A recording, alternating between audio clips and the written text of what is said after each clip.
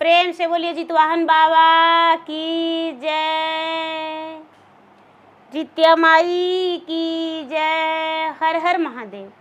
देवों का देव महादेव जी के चरण में प्रणाम करती हूँ, मेरा प्रणाम स्वीकार हो। माता गौरी के चरण में प्रणाम करती हूँ, मेरा प्रणाम स्वीकार हो। गणपत ललनमा के चरण में प्रणाम करती हूँ, मेरा प्रणाम स्वीकार हो। सब देवी देवताओं के चरण में प्रणाम करती हूँ, मेरा प्रणाम स्वीकार हो। गुरु भाई बहना, मैं जितिया व्रत की कथा सुनाने जा रही हूँ। जितिया, खैर जितिया, खुर जितिया जो कहते हैं, मैं उसी का कथा सुनाने जा रही हूँ। इस कथा को पूरा सुनिए और रहस्य जानिए। आदि नहीं, आदि सुनने में जितवाहन भगवान का अपमान होती है और पूरा सुनने में पुत्र की लंबी आयु होती है। इसलिए कथा को पूरा सुनिए और रहस्य जानिए। हर हर महादेव, घर घर महादेव। जय जितवाहन बाबा। गुरु भाई बहना, एक नगर में एक किसान रहते थे और किसान की पत्नी, दोनों बड़े अच्छे से रहते थे। धीरे धीरे समय बीता और किसान की पत्नी गर्भवती हो गई। जब गर्भवती हो गई तो समय बीतता गया। 9वां महीना जब पूरा हुआ तो किसान की पत्नी का उदर से 2 कन्या जन्म लिया। एक का नाम हेवली और एक का नाम केवली। एक का नाम हेवली और एक का नाम केवली, दोनों बहन जो थी एक ही माँ के उदर से जन्म लिया। किसान बड़े प्रसन्न हुए। उनको लगा कि हाँ, कोई एक संतान के लिए तड़पता है, दर दर भटकता है, लेकिन मेरा पत्नी तो इतना भाग्यशाली है और मैं इतना भाग्यशाली हूँ कि मेरा पत्नी का उदर से 2 कन्या एक ही बार जन्म लिया है। मेरे घर लक्ष्मी माता चलकर अपने आप नन्ही नन्ही पाँव से आसन मार दिए हैं। मैं तो बड़े भाग्यशाली हूँ। मैं कितना भाग्यशाली हूँ। अपने आप को बड़ा गर्व महसूस करने लगे। अपने पत्नी को बहुत मान सम्मान देने लगे। उनके मन में अपने पत्नी के लिए उत्साह जागृत हुआ। धीरे धीरे समय व्यतीत हुआ। समय व्यतीत हुआ तो हेवली भी बड़ी हो गई और केवली भी। जो हेवली थी वो सच्ची भक्ति करने लगी, भगवान के पूजा पाठ करने लगी। और केवली जो थी वो तो जहाँ तक के कि हेवली पूजा करने के लिए बैठती थी तो उसका पूजा में भंग कर दिया करती थी। जब भी वो पूजा के लिए बैठती थी तो जोरों से चिल्लाती थी और जाके उसका आँख मूंदती थी, दीदी दीदी देखो मैं आज क्या किया। अरे क्या किया? मैं तुम्हारा आँख मूंद लिया। अरे जूठे हाथ थे। कभी भी उसका पूजा में भंग करने का कोशिश करते रही। धीरे धीरे समय बीतता गया। हेवली और केवली दोनों बड़ी हो गई। जो किसान भैया थे उसका नाम गौरव था। गौरव भैया सोचते थे कि मेरा दोनों बेटी का विवाह एक ही गांव में हो जाए तो अच्छा है, और नहीं तो आसपास के पड़ोस के गांव में हो जाए तो बहुत अच्छा है। मेरा दोनों बेटी का प्यार कितना अच्छा है, दोनों का रिश्ता बहुत अच्छा है। और सचमुच में हेवली केवली बड़ी प्यार से रहती थी। दोनों का मिलन बहुत अच्छा से था। बहन का रिश्ता संबंध बहुत अच्छा था। दोनों ब्याह के योग हो गई और किसान इधर उधर रिश्ता के लिए घूमने लगे। दोनों के लिए बर ढूंढने लगे। ढूंढते ढूंढते ढूंढते ढूंढते हेवली का रिश्ता पक्की हो गया। पटना शहर में हेवली का रिश्ता पक्की हो गया तो केवली के लिए सोचे कि हाँ, इसी आसपास के नगर में जो हो जाए तो अच्छा है। किसान घूमते फिरते रह गए और केवली का भी ब्याह पक्की हो गया। दोनों के शादी 5 से 6 किलो के मीटर अंतराल में हो गया। दोनों बहना का शादी तय हो गया इस दिन का तिलक, मड़वा, भतवान, बारात, कार्ड छप गया, दोनों का विवाह का तैयारी हो गया। लोग रिश्तेदार आ गए। धीरे धीरे समय बीता, तिलक भी चला गया, मड़वा छवा गया, भतवान हो गया, बारात आ गया, दोनों का बारात आ गया। दोनों बहन का डोली एक ही दिन पिता के घर से उठ गया। दोनों बहना ससुराल चल गई। हेवली जो थी अपने ससुराल गई तो बड़ी अच्छा से पूजा पाठ करने लगी। उसके घर में सभी परिवार उसके मान सम्मान देने लगे। घर का सजा सवार के रखती थी। उसके घर में जाते ही उसके घर लक्ष्मी माता का आवाहन हो गया। उसका घर कच्ची मट्टी से बना हुआ था और फूस से छाया हुआ था, लेकिन धीरे धीरे उसका मकान खपड़ा हो गया। उससे भी नहीं हुआ तो ईंट लग गया। और जो केवली थी उसका तो जो भी धन संपत्ति पहले से था वो भी विनाश होने लगा। सभी लोग केवली को कुलच्छनी कहने लगे और हेवली को सभी लक्षणवान कहने लगे, क्योंकि जो केवली थी, केवली बड़ी मलिनता के साथ रहती थी। बासी आंगन में भोजन करना, सुबह उठकर सबसे पहले उसका काम था भोजन करना, और कोई को किसी को खाने के लिए नहीं पूछना। रसोई में भी जाना तो चूल्हे बासी है उसी पर खाना बना देना, जैसे तैसे जूठे हाथे एक तरफ सब्जी भूंज रही है तो एक तरफ खा के देख रही है। 2 रोटी बना ली और सोचती है कि आटा हाथे हैं तो क्या पहले 2 रोटी खा लेंगे उसके बाद बनाएंगे। अरे हम भोजन बना रहे हैं, हम खेबे नहीं करेंगे और सब लोग खाना खा लेंगे? नहीं नहीं, हम पहले खाएंगे। सभी लोग को उसका व्यवहार अच्छा नहीं लगता था। उससे सभी लोग नाराज रहते थे। उसके जेठ जेठानी, उसके सास ससुर सब नाराज रहते थे। हेवली जो थी, हेवली अपने ससुराल में बड़ी अच्छे से रहती थी। हेवली 4-6 महीना बीता और गर्भवती रह गई। जब गर्भवती रह गई तो 9वां महीना बीता। 9वां महीना के बाद उसका एक लड़का जन्म लिया। छठियारी में सबको निमंत्रण दी, सभी लोग गाए बजाए, उत्सव मनाए, अच्छा लगा। 2 साल से 2.5 साल बच्चा के बीता। अब फिर से हेवली गर्भवती रह गई, फिर से एक लड़का हो गया। सभी लोग फिर से छठियार में गए और सब उत्सव मनाए। तीसरा बच्चा भी हो गया। जैसा ही एक बच्चा हुआ तो हेवली जीवित पुत्री का व्रत करने लगी और जीवित पुत्री का व्रत करके भगवान के ध्यान करके पूरी उपवास रहती थी, श्रद्धा से भगवान के भक्ति करती थी। उसके मन में भगवान के लिए प्रेम था, आस्था था और श्रद्धा से भगवान का पूजा पाठ करती थी।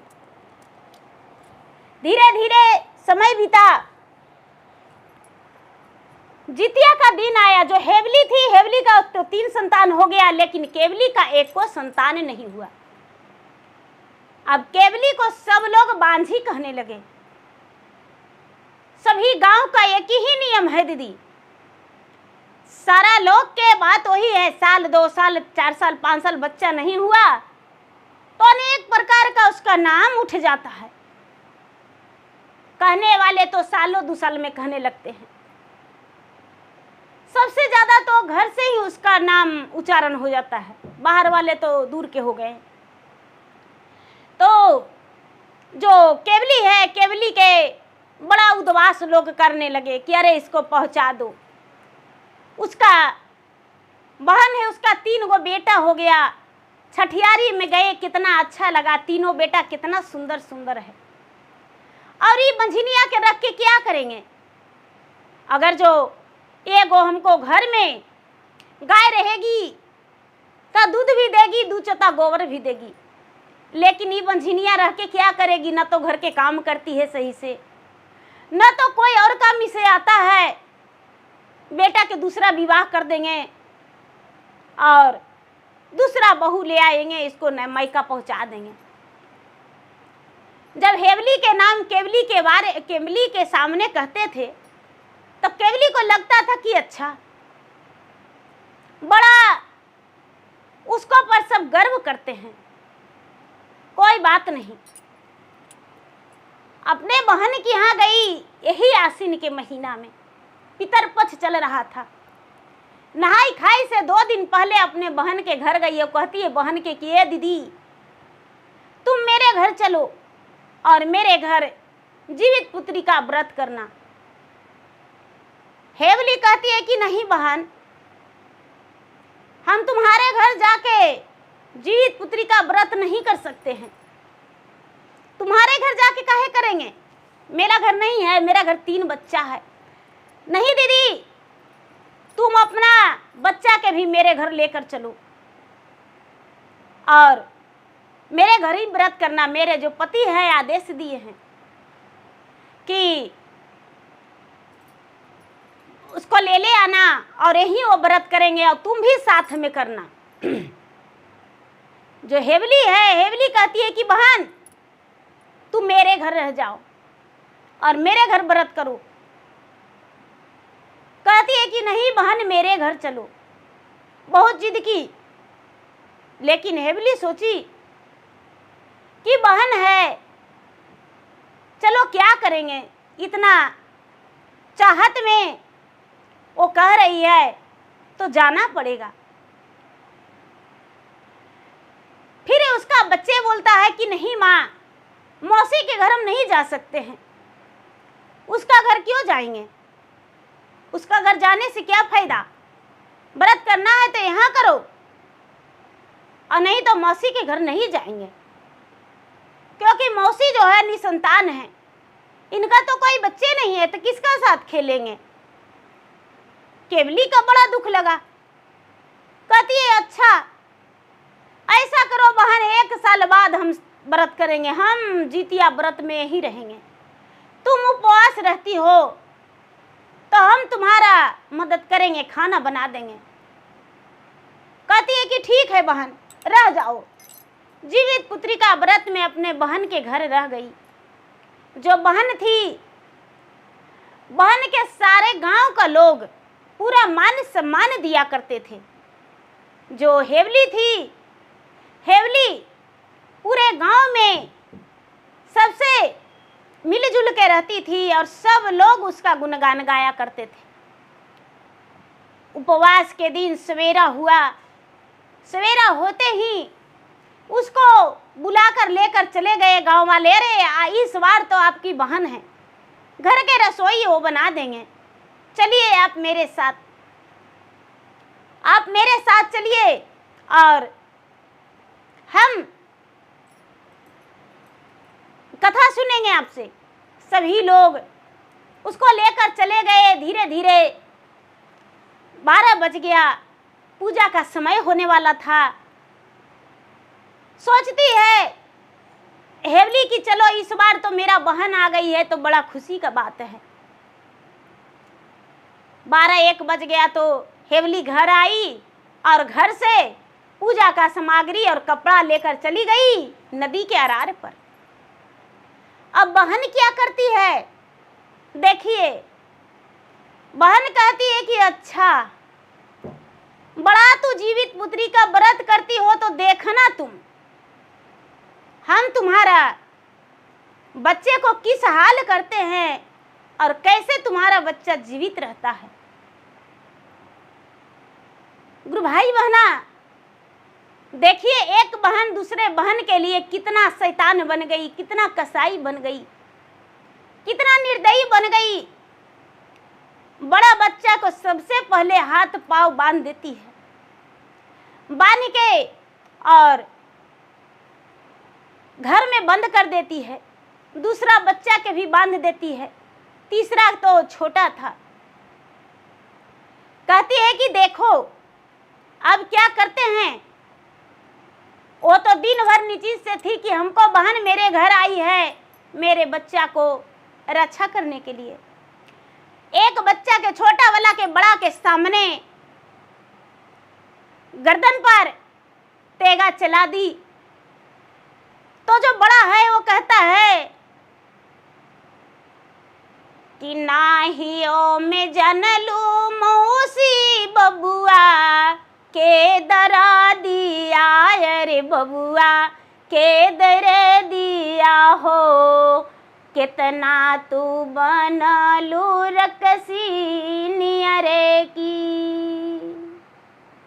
बबुआ के मारी मौसी किया तोर मिलत यर किया तोर मिलत हो, कौनी कारण में बबुआ के मार लुरे की। लेकिन वो जो मौसी है थोड़ा सा उसका दर्द नहीं है। दूसरा बच्चा के भी उसके बड़े भाई के सामने काट दी और उसको भी बोरिया में बंद कर दी, बोरिया में बंद करके और धर दी। जो तीसरा है जो सबसे बड़ा है उसको कहता है कि देखा कितना बेरहम से तुम्हारे भाई को मार डाले, तुम्हें भी मार देंगे, हम तुम्हें भी मार देंगे, तुम्हें भी मार कर हम नहीं छोड़ेंगे, तुमको किस लिए यहाँ बचने देंगे, बच के क्या करेगा। बच्चा है जो हाथ जोड़ता है गोड़ पड़ता है, गोड़ तोर परिये मौसी हाथा तोर जोड़ी अरे हाथा तोर जोड़ी आई हो, सुनिला ना बीनाती है मारन रे की। माई के गोदिया मौसी सुना मात करहु और सुना मात करहु जी, मई हथी ममता के सागर रे की। जब मोर आई है वे मौसी माता एहु घर वायर आई है एहु घर वाहो, बबुआ के करी है पुकारन रे की। छाती मुँह कमारी माता तेजी हे पराना मायर तेजी हे परन माहो, हमरा के पपवा तोरा लागत रे की। बच्चा कहता कि मार रही हो लेकिन तुम्हारा मेरा पाप लगेगा, मेरा माँ जो रोएगी छाती मुक्का मार मार के मर जाएगी। आज जीवित पुत्री का व्रत है और तीनों भाई को तूने मार रही हो, दूका को तो मार दिया, लेकिन मुझे तो बचने दो, अपना पर सब दोष ले लेंगे, बोल देंगे कि बदमाशी कर रहा था और मैंने भाई को मार दिया, तुम्हें निर्दोष साबित कर देंगे, लेकिन मेरा प्राण बचने दो। जो हत्यारिन मौसी है वो तीनों भाई के काट के और बोरिया में बंद करके और खटिया के तरे धर के और लोरा के बिछावन लगा के और क्या करती है कि अपना घर चल जाती है। एक पत्र में लिखती है कि बहन हम अपना घर जा रहे हैं, हम अपना घर जा रहे हैं, मेरे घर से बुलावा आया था, बहुत ज़रूरी काम था, हम अपना वचन निभा नहीं पाए, हम जा रहे हैं अपना घर।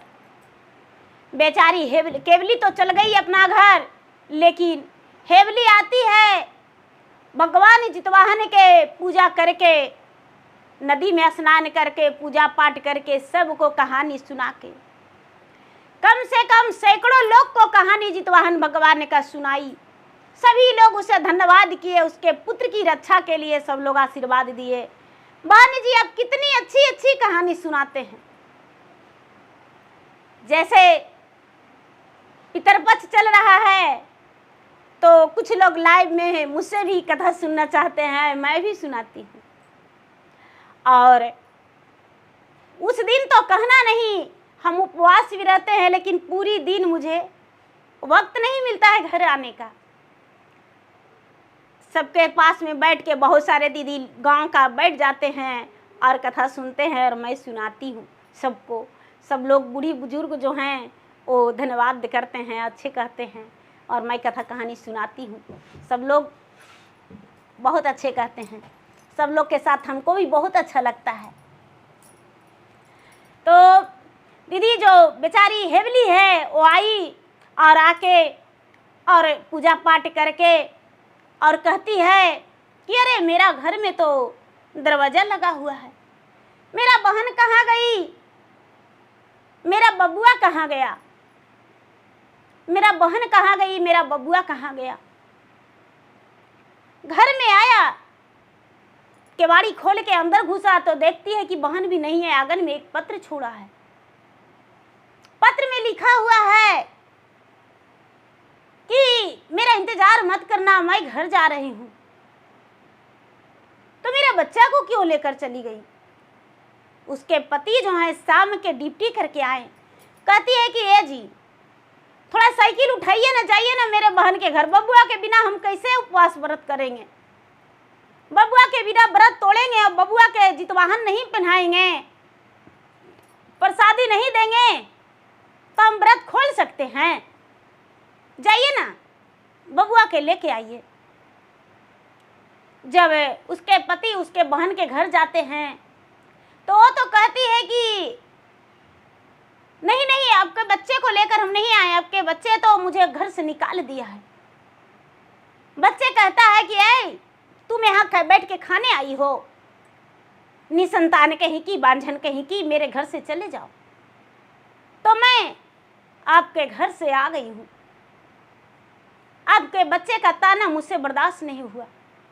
बहन तो कभी कुछ नहीं बोली, लेकिन बहन का बच्चे तो अनेक प्रकार के ताना सुनाया। उसके पति तुरंत लौट गए। आके उसके पत्नी से, अपने पत्नी से कहते हैं कि वहां बच्चे नहीं गया है। अब क्या करती है बेचारी, रात भर बिलख बिलख के रोती है। रात भर बिलख बिलख के रोती है। रो रो के अपने आप एकदम शरीर को बर्बाद कर देती है। गांव वाले कितने लोग चुप कर रहे हैं कि अरे बहन चुप रहो, सभी लोग तो व्रत करते हैं अपने पुत्र की लंबी आयु के लिए, लेकिन आज तुम्हारा पुत्र कहाँ चला गया कोई पता नहीं। जितवाहन भगवान पे छोड़ दो, भोलेनाथ पर छोड़ दो, और देखो भगवान जो करेंगे वही होगा। बहन सवेरा होते ही सभी लोग कहने लगे कि बहन चलो नदी स्नान करने, चलो नदी स्नान करके और जितवाहन भगवान का पूजा करना, ध्यान लगाना बहन चलो। सभी लोग, कई लोग मिलके उसे पकड़ के ले गए। जाने का हालत नहीं। एक तो उपवास, दूसरे में 3-3 बच्चा का वियोग, कहाँ चला गया है। रोते पीटते बिलखते उसका शरीर पे क्या हालत रहेगा। कहती है कि नहीं, हम नहीं जाएंगे। सभी लोग ले जाकर उसके हाथों से पितरों को जल दिलवाए, सूर्य भगवान को जल दिलवाए, उसको स्नान करके पकड़ धकड़ के घर लाए। कहते हैं कि बहन भगवान के ध्यान लगाओ, भगवान के ध्यान लगाओ। हाथ जोड़ के हेवली कहती है कि हे जित्यावाहन महाराज, हे शंकर बाबा भोलेनाथ, हे ब्रह्मा, हे विष्णु, हे लक्ष्मी, हे सरस्वती, सब देवता के आवाहन करती है। कहती है कि यदि पुत्र मेरा नहीं आएगा तो आज से कोई भी स्त्री जाति जितिया व्रत का विश्वास तोड़ देगी। कोई जीवित पुत्री का व्रत नहीं करेगी। किस लिए करेगी, जब उसका पुत्र ही नहीं जीवित पुत्री का किए और उसका पुत्र जो है कहाँ चला गया कोई पता नहीं, तो कैसे किस लिए व्रत करेगा। और इतना कह के और हाथ जोड़ के भगवान का ध्यान लगा के आराधना कर रही है। आराधना करते करते उसका मन में ख्याल आया कि कहती है कि बड़ा बबुआ किधर गया रे, व्रत नहीं तोड़ेंगे बेटा, आ जाओ मेरा बेटा, कहाँ रुठ के बैठ गया है बेटा, आ जाओ। तो बच्चा बोरिया में बंधा हुआ जो बड़ा बेटा है वो कहता है कि माँ मैं तो बोरिया में बंधा हूँ, कैसे निकलूँ माँ, मैं बोरिया में बंधा हूँ। तीनों के तीन कमरे में धर दिया था झाँक पोत के, और बिछावन बड़ा प्रेम से लगा दी थी। माँ तो बेचारी टेंशन में घर में गई भी नहीं थी, आंगने में थी, पूरी रात आंगन में बिताई, और सवेरा भी उसको आंगने में हो गया। नदी गई, नदी से स्नान करके आई, रोटी भी लटती हाथ जोड़ के भगवान का ध्यान लगाई हुई थी। लोग कहते हैं कि अरे तुम्हारा बेटा तो घर ही में बोल रहा है, जाके देखो। कुछ लोग गए तो देखते हैं कि सच में बोरिया में कलवल कर रहा है, बोरिया में कुलबुला रहा है। लोग खोले तो बड़ा बेटा निकला, बड़ा बेटा निकला। कहती है कि माँ कहीं बाबू भी होगा माँ। ए दीदी जो माँ है वो कहती है कि अरे मेरा दूसरा बेटा कहाँ है, जल्दी से आ जाओ मेरे लाल, मेरा गोदी सूना लग रहा है। बेटा तुम्हारे बिना व्रत हम कैसे तोड़ेंगे बेटा, आ जाओ मेरा बेटा, आ जाओ। दूसरा बेटा भी आवाज देता है, माँ मैं तो बोरिया में बंधा हूँ, कैसे निकलूँ माँ। लोग जाते हैं, उसे बोरिया को खोलते हैं। तीसरा बेटा जो था डेगा डेगी देता था, माँ मैं कैसे निकलूं, मैं तो बोरिया में बंधा हूँ। तीसरा बेटा भी बोरिया में बंद है, बोरिया में बंद है। और ये जो तीनों को देखी तो कहती है कि बेटा ये दशा तुम्हारा किसने किया। तीनों बच्चा कहता है कि माँ ये दशा मेरा मौसी ने किया है, मेरा मौसी ने किया है माँ। तीनों बच्चा जीवित होने का कारण, जब माँ माँ पुकार रही है, जब पुत्र पुत्र कह के पुकार रही है, भगवान को ध्यान लगा रही है हेवली, तो जितवाहन बड़े ध्यान से चुपचाप बैठे हुए थे। लेकिन शंकर भगवान नारद मुनि उसके पास जाते हैं, उनके पास जाते हैं। आपके सच्चे भक्त पे विपदा आ गया है और आप चुपचाप बैठे हुए हैं। देखिए जितवाहन भगवान, उनका नाम है जितवाहन। और तुरंत अपना शक्ति से तीनों बच्चे को प्राण दान दे दिए और तीनों बच्चा जीवित हो गया। कहते हैं यदि बच्चा जीवित नहीं होगा तो आज का दिन तो अनर्थ हो जाएगा, कोई मां व्रत नहीं करेगी, अंधविश्वासी समझेगी। तीनों बच्चा जीवित हो गया। सभी लोग कहने लगे कि हे भगवान, लोग कहते हैं कि माई से ज्यादा मौसी प्यारी होती है, लेकिन तुम्हारा बहन तो तुम्हारे लिए कसाई बन गई। कितना प्यार से बोलती थी तुमसे, आवाज आके और तेरा बच्चे को काट डाली और अपना घर चल गई। हे भगवान, इसका इंसाफ उसको कर दीजिए। सभी लोग उसके लिए बदबुआ निकाल रहे हैं। तीनों बच्चा के साथ हेवली व्रत तोड़ी। तीनों बच्चे के गले में जो जितबंधन था, जितबंधन उसके गले में पहना दी और प्रसादी जो था अपने बच्चे को दी। दूध से पारण की। भोजन क्या बनाती बेचारी, भोजन तो कुछ बनाई थी नहीं। जितवाहन भगवान के अपने पूर्वजों को जो भी उसके पास फल फलहरी था, कुछ मिठाइयाँ था, वही अपने पूर्वजों को दे दी और व्रत खोली। उसके बाद भोजन बनाई, उसके पति बनाए, तब बेचारी भोजन की अपने पितरों को देकर। अब यहाँ क्या होता है, यहाँ का कहानी यहीं रह गया। अब देखिए खेवली क्या करती है भाई, वो तो मार के बच्चे को चल गई। जैसा ही बच्चा यहाँ जीवित हुआ, जब हेवली का बच्चा जीवित हो गया तो केवली का दोनों हाथ लूली दोनों हाथ जो था नाकाम हो गया और मुंह टेढ़ा हो गया, मुंह से आवाज नहीं निकल रहा है। भगवान जो है उसका शरीर में एकदम बड़े बड़े फोड़ा कर दिए, पूरा शरीर में जख्मी हालात हो गया। एकदम उसका शरीर में तिनका रखने का जगह नहीं, उसका शरीर में तिनका रखने का जगह नहीं, पूरा शरीर जो है जलाजल फोड़ा सी कर रहा है। जितवाहन भगवान एकदम क्रोध होके उसका जख्मी हालात कर दिए शरीर का। उसके पति जो हैं कहते हैं कि अरे कुलछनी, एक तो तू कुलछनी हो और दूसरे में तुम्हारा शरीर में ये हाल हो गया, तुम्हारा शरीर में हाथ लूली हो गया। आखिर क्या किया?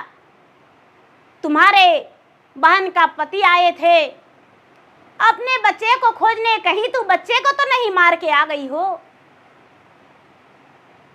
कहती है कि हाँ, मुझसे पाप हुआ है, सच में मैंने गुस्से में अपना बहन को, बच्चे को मार के यहाँ आ गई थी, उसी का दंड मुझे मिला है, उसी का दंड मुझे मिला है।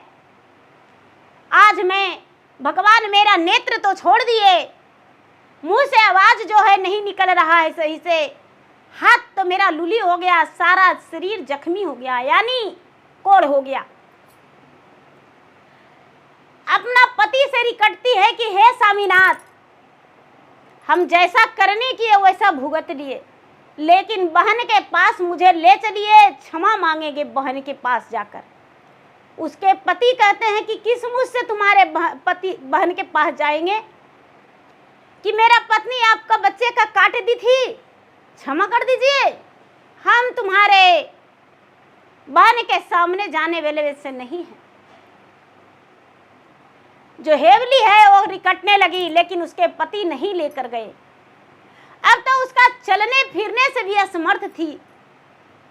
4 दिन 8 दिन के बाद हेवली को पता चला कि मेरा बहन का पूरा शरीर जख्मी हालात हो गया है, हाथ लूली हो गई है, मुंह टेढ़ी हो गया है।